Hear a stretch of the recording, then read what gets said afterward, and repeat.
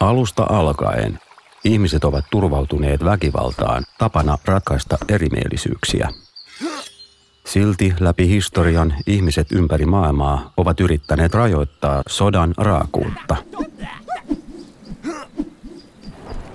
Tämä humanitäärinen yhteishenki johti ensimmäiseen Geneven sopimukseen vuonna 1864 ja modernin kansainvälisen humanitaarisen oikeuden syntymiseen. Määrittämällä perusrajoitukset sodankäynnille nämä maailmanlaajuiset yleissopimukset suojelevat niitä, jotka eivät osallistu taisteluun, sekä niitä, jotka eivät enää ole kykeneviä taistelemaan. Tämän tekemiseksi on erotettava toisistaan keitä ja mitä vastaan on sallittua hyökätä, ja keitä ja mitä on suojeltava. Tärkeintä on, ettei siviilejä vastaan saa koskaan hyökätä. Siviileihin kohdistettu hyökkäys on sotarikos. Kun he ajoivat kylämme läpi, he huusivat tappavansa kaikki. Olin niin peloissani, että piilouduin pensaikkoon. Kuulin äitini huutavan. Luulin, että en koskaan enää näkisi häntä. On kaikin mahdollisin tavoin pyrittävä välttämään siviilien vahingoittamista tai tuhoamasta mitään heidän elon jäämiselleen välttämätöntä.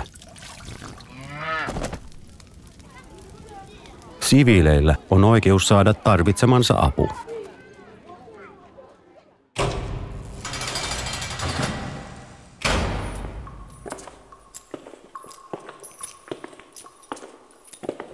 Vankien elinolot eivät aiemmin liikuttaneet minua. Hänen kaltaisensa takia veljeni oli kuollut. Hän oli vihollinen eikä merkinnyt minulle mitään.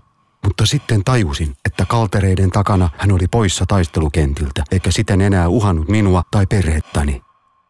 Sodan oikeussäännöt kieltävät kidutuksen ja vankien muun kaltoinkohtelun heidän menneisyydestään riippumatta.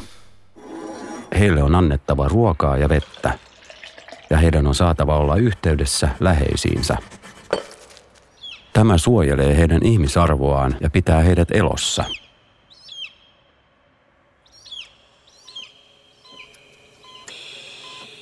Lääkintähenkilökunta pelastaa henkiä joskus mitä vaarallisimmissa olosuhteissa. Molempien puolten useita taistelijoita oli haavoittunut vakavasti ankarissa taisteluissa ja olimme viemässä heitä lähimpään sairaalaan. Tarkastuspisteellä sotilas uhkasi meitä vaatien, että hoitaisimme vain hänen miehiään. Aika oli loppumassa. Pelkäsin kaikkien haavoittuneiden ehtivän kuolla.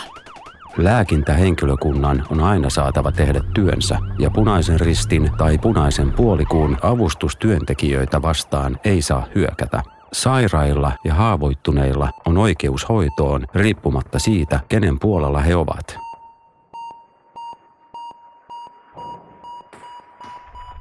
Sodan oikeussääntöjen on täytynyt mukautua myös aseteknologian kehitykseen.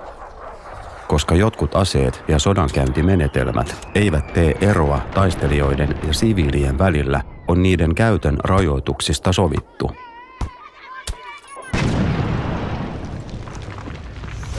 Tulevaisuudessa sodat voidaan käydä täysin autonomisilla roboteilla.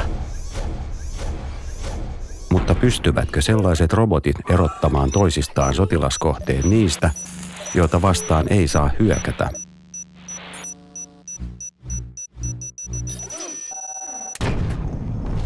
Riippumatta siitä, miten hienostuneiksi aseet kehittyvät, niiden tulee noudattaa sodan oikeussääntöjä. Kansainvälisessä humanitaarisessa oikeudessa on kyse valinnoista, joilla suojataan perusihmisarvo sodan aikana ja varmistetaan, että yhteiselo on jälleen mahdollista sen jälkeen, kun aseet ovat vaienneet.